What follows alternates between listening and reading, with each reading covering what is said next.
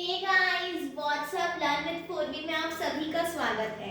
आज अपन डिस्कस करने वाले हैं कि मैथ्स के कौन से ऐसे इंपॉर्टेंट क्वेश्चंस हैं जो हम आरटीयू के मैथ्स के पेपर में देख सकते हैं। तो सबसे फर्स्ट मैंने टॉपिक लिया है बीटा एंड गामा फंक्शंस का। अब ये फर्स्ट और सेकंड जो क्वेश्चन देख रहे हैं अपन इस टाइप के क्वेश्चंस 2 मार्क्स के अंदर एक्सपेक्ट करेंगे बीटा एंड गामा फंक्शन के टॉपिक से। ये जो थर्ड वाला क्वेश्चन है ये बहुत ज्यादा इंपॉर्टेंट क्वेश्चन है, ये 10 मार्क्स के अंदर आता है। जस्ट नॉर्मल फॉर्मूला है जो इसको अपन हर एक क्वेश्चन के अंदर यूज करते हैं, लेकिन इसको प्रूव करने का जो क्वेश्चन है वो 100% आप एक्सपेक्ट कर सकते हैं कि ये आएगा। फिर जो ये फोर्थ वाला क्वेश्चन है और सिक्स्थ वाला क्वेश्चन है ये भी आपका फॉर्मूला ही है जिसको आपको प्रूव करना है, तो इसकी भी अच्छे से प्रैक्टिस करके जाइएगा। और ये वाला हमारा जो फिफ्थ वाला क्वेश्चन है ये भी कहीं इसी के थ्रू ही सॉल्व होएगा।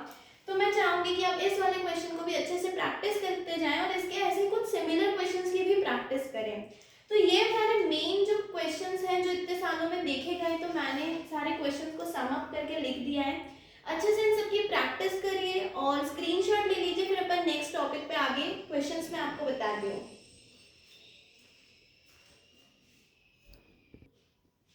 अब नेक्स्ट हमारे पास में टॉपिक आ जाता है surface and volume of solids of revolution. तो आप ये देख सकते हैं कि जो फर्स्ट और सेकंड क्वेश्चन है जिसके अंदर तो हम वॉल्यूम निकाल रहे हैं, किसकी, इसकी एक तो इलिप्स की निकाल रहे हैं और एक नेक्स्ट वाले क्वेश्चन में हम ये रिवॉल्विंग एस्ट्रॉइड उसकी निकाल रहे हैं। जो थर्ड और फोर्थ क्वेश्चन है उसमें हम निकाल रहे हैं surface of the solid generated, वही रिवॉल्व करना। अब आप देखेंगे कि मैंने यहाँ पे ना एक्स एक्सिस लिख रखा है कि एक्स एक्सिस के अराउंड ही रिवॉल्व किया है, लेकिन एग्जाम में क्वेश्चन वाई एक्सिस के अलाउंग भी आ सकता है, तो प्लीज उसकी भी प्रैक्टिस करके जाना। आप ये जो सेकंड वाला क्वेश्चन देख रहे हो, ये सेकंड वाला क्वेश्चन और ये फोर्थ वाला क्वेश्चन, एक में सरफेस निकाला है, एक में वॉल्यूम निकाला है। तो एग्जामिनर कुछ ऐसे भी कर सकते हैं कि कोई क्वेश्चन अगर वॉल्यूम में आया था लास्ट ईयर तो वो इस साल सरफेस में आ जाए। तो भी मैं रिकमेंड करूंगी कि ये चारों क्वेश्चंस की प्रैक्टिस आप अच्छे से करके जाना।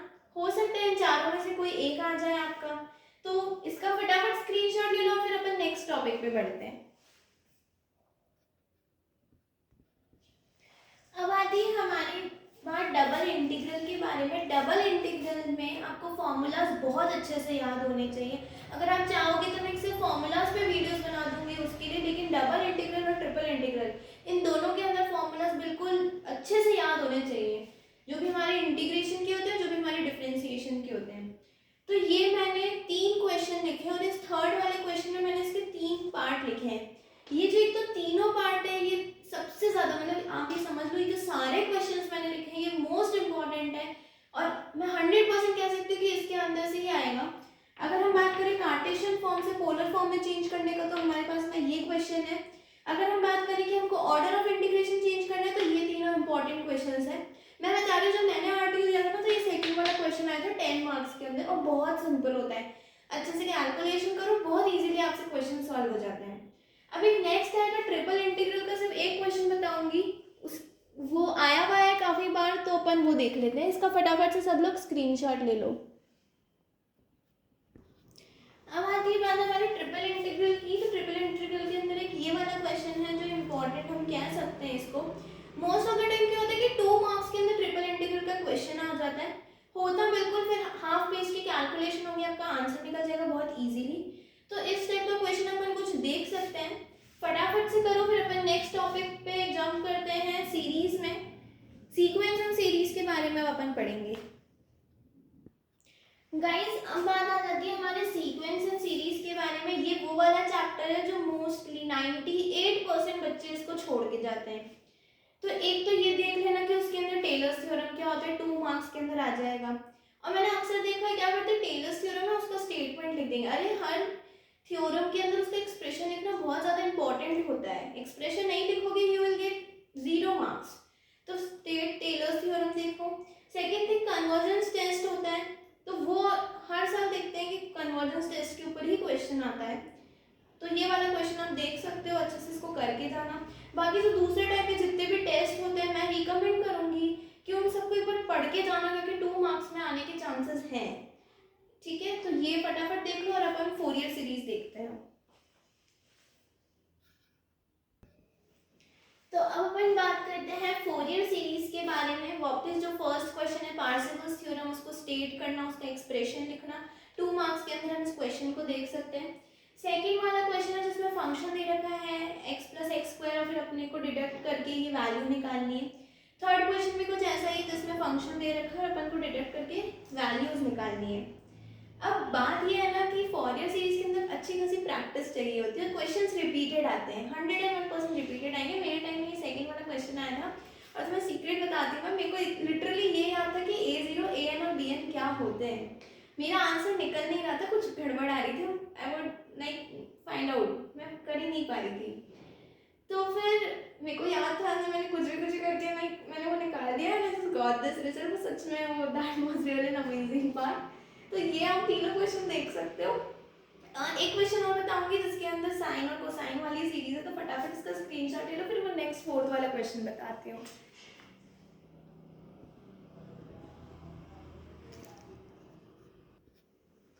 और लास्ट हमारे पास में क्वेश्चन आ जाता है जिसमें हमें सीरीज फाइंड आउट करनी होती है साइन और कोसाइन की।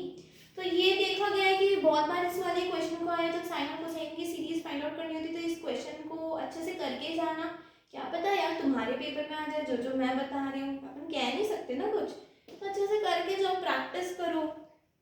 ठीक है, तो फटाफट आप इस क्वेश्चन को नोट कर लो, प्रैक्टिस करो। और अब अपन नेक्स्ट करेंगे वेक्टर्स के बारे में। वेक्टर्स एक बहुत ज़्यादा इंपॉर्टेंट टॉपिक है और उसको बच्चे छोड़ के चले जाते हैं। I don't know why. बहुत ज़्यादा स्कोरिंग है क्योंकि मैक्सिमम क्वेश्चंस आप देखोगे ना आपको वेक्टर में से दिखेंगे पेपर के अंदर। तो नेक्स्ट अपन वेक्टर्स देखते हैं। गाइस ये सारे वेक्टर के क्वेश्चंस हैं। वेक्टर एक बहुत ज़्यादा इंपॉर्टेंट टॉपिक है जिसमें मैं सारे आपकी चीज़ें कंप्लीट इसमें कवर करूँगी। इंटीग्रेशन हो गया आपका, ये ऑपरेशंस वाले वेक्टर्स हो गए, कैलकुलस हो गया, इसमें सारे मैं क्वेश्चन अभी बताऊंगी। तो एक तो ये ऑर्थोगोनल वाला है, बहुत ज़्यादा इंपॉर्टेंट है।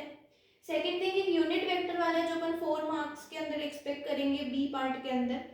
थर्ड आता है ये डायरेक्शनल डायरेक्टिव वाला। पता नहीं जो डायरेक्शनल डायरेक्टिव टॉपिक है ना ये आरटीओ वालों का बहुत ज़्यादा फेवरेट है, तो इसको अच्छे से करके जाना।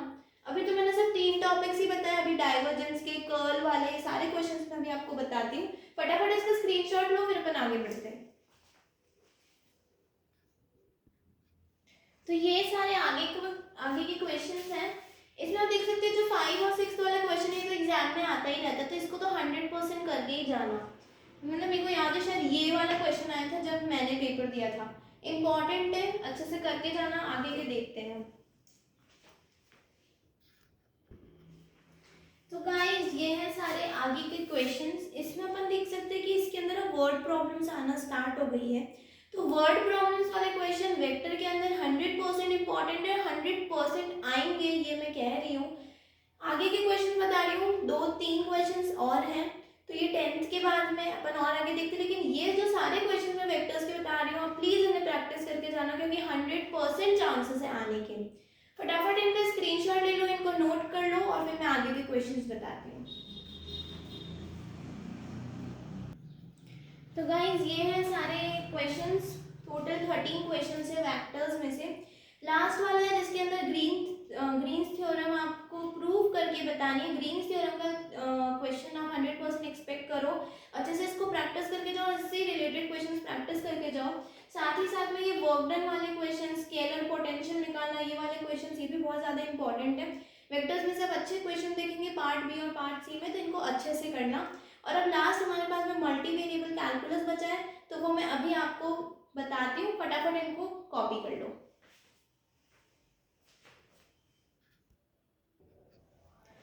गाइस अब अपन आ गए मल्टी वेरिएबल डिफरेंशियल कैलकुलस के क्वेश्चंस पे।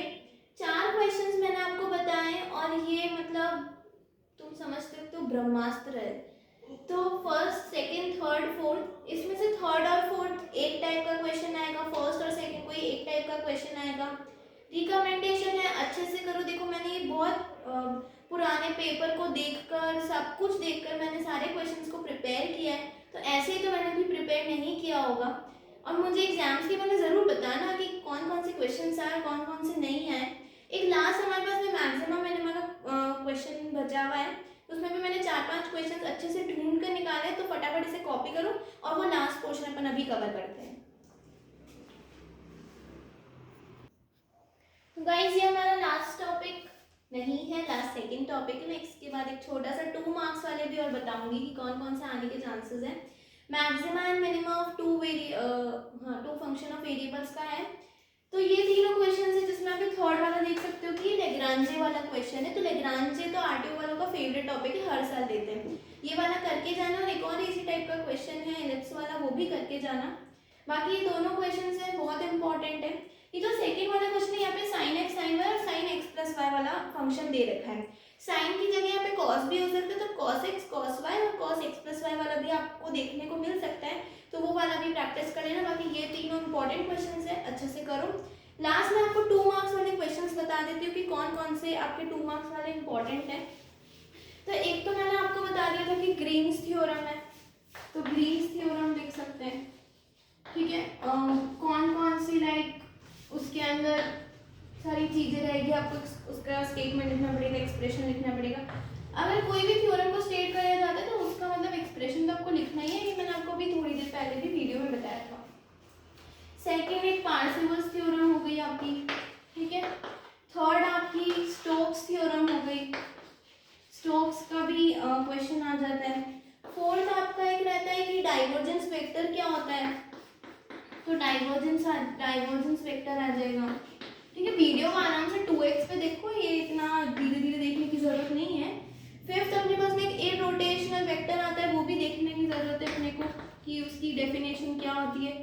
आएगा define irrotational vector. Unit vector क्या होता है, डायरेक्शनल डायरेक्टिव मैंने आपको बता दिया, बहुत इंपॉर्टेंट है, फेवरेट है आरटीयू वालों का। एक डाइवर्जेंस बता दिया, रोटेशन, और एक आता है Euler's theorem for homogeneous function.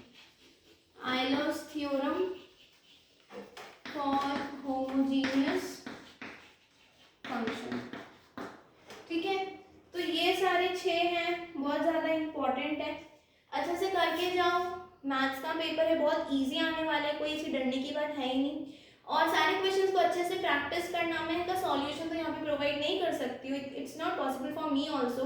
और आपके पास में भी आई होप लास्ट टाइम भी देख रहे हैं तो टाइम कम ही बचेगा। अच्छे से करो, ऑल द वेरी बेस्ट।